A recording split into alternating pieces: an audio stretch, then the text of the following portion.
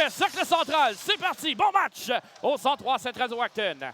Keefe, remise à la ligne bleue adverse. Et Boudreau fait dévier derrière les défenseurs. Ayotte premier au disque dans son territoire. Et Paris va organiser la sortie. Les Foreurs qui vont transitionner maintenant en zone neutre. Une passe vers Veilleux. Habilement le dévié devant. Ayotte va se porter en attaque. Tire, passe dans l'enclave. C'est à l'intention de Brisson. Sans passer sous son à Plourde. Tente une passe dans l'enclave. Ça revient. Ligne bleue. Un tir ensuite de Paris. Le retour devant. Personne pour prendre. Carbonneau à gauche. Envoie dans le coin. Simmons à la ligne bleue à Alessia. Ça mène finalement avec Lafont au centre. Va remettre à droite maintenant pour du fond dans l'enclave. Alessia le but! Jesse Alessia! Et oui, une belle incursion ici de Maxime Lafont et une passe vraiment là, superbe en direction d'Alessia en plein centre de l'enclave et un tir sans avertissement qui a donné aucune chance de Owen Keefe. Sortie de territoire des Foreurs. Alors qu'on revient immédiatement en attaque. Coursol à droite, freine. Revient vers la ligne bleue. Cherche une option. Remet à gauche au cercle. Gauthier le tir et le but! Correction, Paré! Avec un excellent tir le long de la rampe à gauche. On a surpris la défensive des Voltigeurs. Et les Foreurs créent l'égalité, c'est 1-1. Tout est parti d'une manœuvre d'un joueur des Foreurs en entrée de zone. Et une passe précise. La chute de la part de Brisson le long de la rampe. Et ça va ouvrir la porte aux Voltigeurs. Un échappé. Bon, Dylan Dumont, le tir et le but!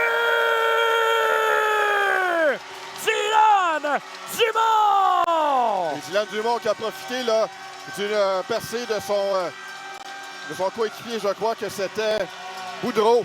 Et on connaît la rapidité de Dylan Dumont, disons-le. Là-dessus, le Nathan Brisson, premièrement, s'est trompé de marquage défensif et deuxièmement, a quasiment eu l'heure d'abandonner sur le jeu. Donc, les Voltigeurs qui en profitent là-dessus en début de deuxième. Pendant ce temps-là, devant le filet, le but!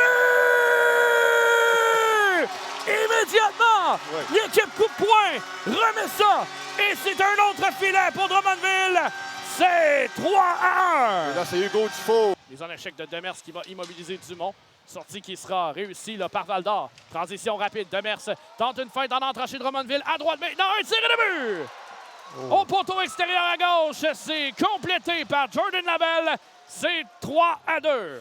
Oui, on parlait d'enlever de l'espace et de couper la vitesse de croisière des Foreurs lorsqu'ils sont en attaque. Et bien là, c'est créer un revirement avec les Foreurs qui vont décamper. On s'amène chez Drummondville à droite. Demers. Oh, là, un tir du revers dans les jambières de Larris. C'est l'arrêt du gars. Cercle gauche. C'est remporté par les Voltigeurs. Lafont qui a remis derrière pour Dufault. Son tir a été bloqué. Lafont tente une feinte alors qu'il était dernier à la ligne bleue. On s'amène maintenant avec Bourque. Un tir touche le poteau. Les enjeux remportés par les Voltigeurs. Tentative de dégagement qui ne sortira pas de la zone de Drummondville. Veilleux, le long de la rampe. À droite, remet à Ayotte. Ligne bleue. À gauche maintenant, aux yeux. Course sur le tir et le but! La rondelle qui a trompé la vigilance de Yann Larris, partie supérieure. C'est un nouveau match, c'est 3-3. Excellent tir de Coursol à la suite d'un bon contrôle de rondelle. Partie organisé par les Foreurs avec Plourde. Au cercle central, Brisson fait dévier ensuite à gauche pour Veilleux. Débordé défensif, le tir et le but! Oh, que ça va faire mal. Philippe Veilleux, à partir hors l'aile de la gauche, trouve l'espace entre les jambières de Larris. C'est 4-3 Val-d'Or. Ils sont plusieurs attaquants des Foreurs à être capables justement de déborder. Pas les résultats escomptés, toujours 4-3. La mise en jeu rapportée, le but! Owen Keefe! Je déteste vraiment ça quand on compte pendant que j'analyse. Mais bon, on va le prendre. Owen Keefe qui a une seconde à faire. Et pendant que notre... écoute, entrée de territoire du côté des Foreurs alors qu'il reste une 32 à faire en troisième période. Rotondi derrière la ligne des buts. Revirement et le but! Immédiatement après ce revirement dans le territoire défensif, Veilleux profite d'une rondelle errante au cercle.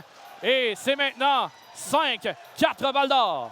Et Veilleux, un véritable poison. En territoire adverse, Poulain, le long de la rampe à droite, cherche des options, perd le disque.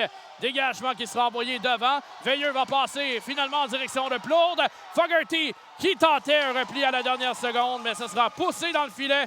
Et les Foreurs vont confirmer une victoire face aux Voltigeurs au centre Marcel Dionne. Et ce sera vraisemblablement par la marque de 6-4. C'est malheureusement pas un résultat qui est surprenant parce que les Foreurs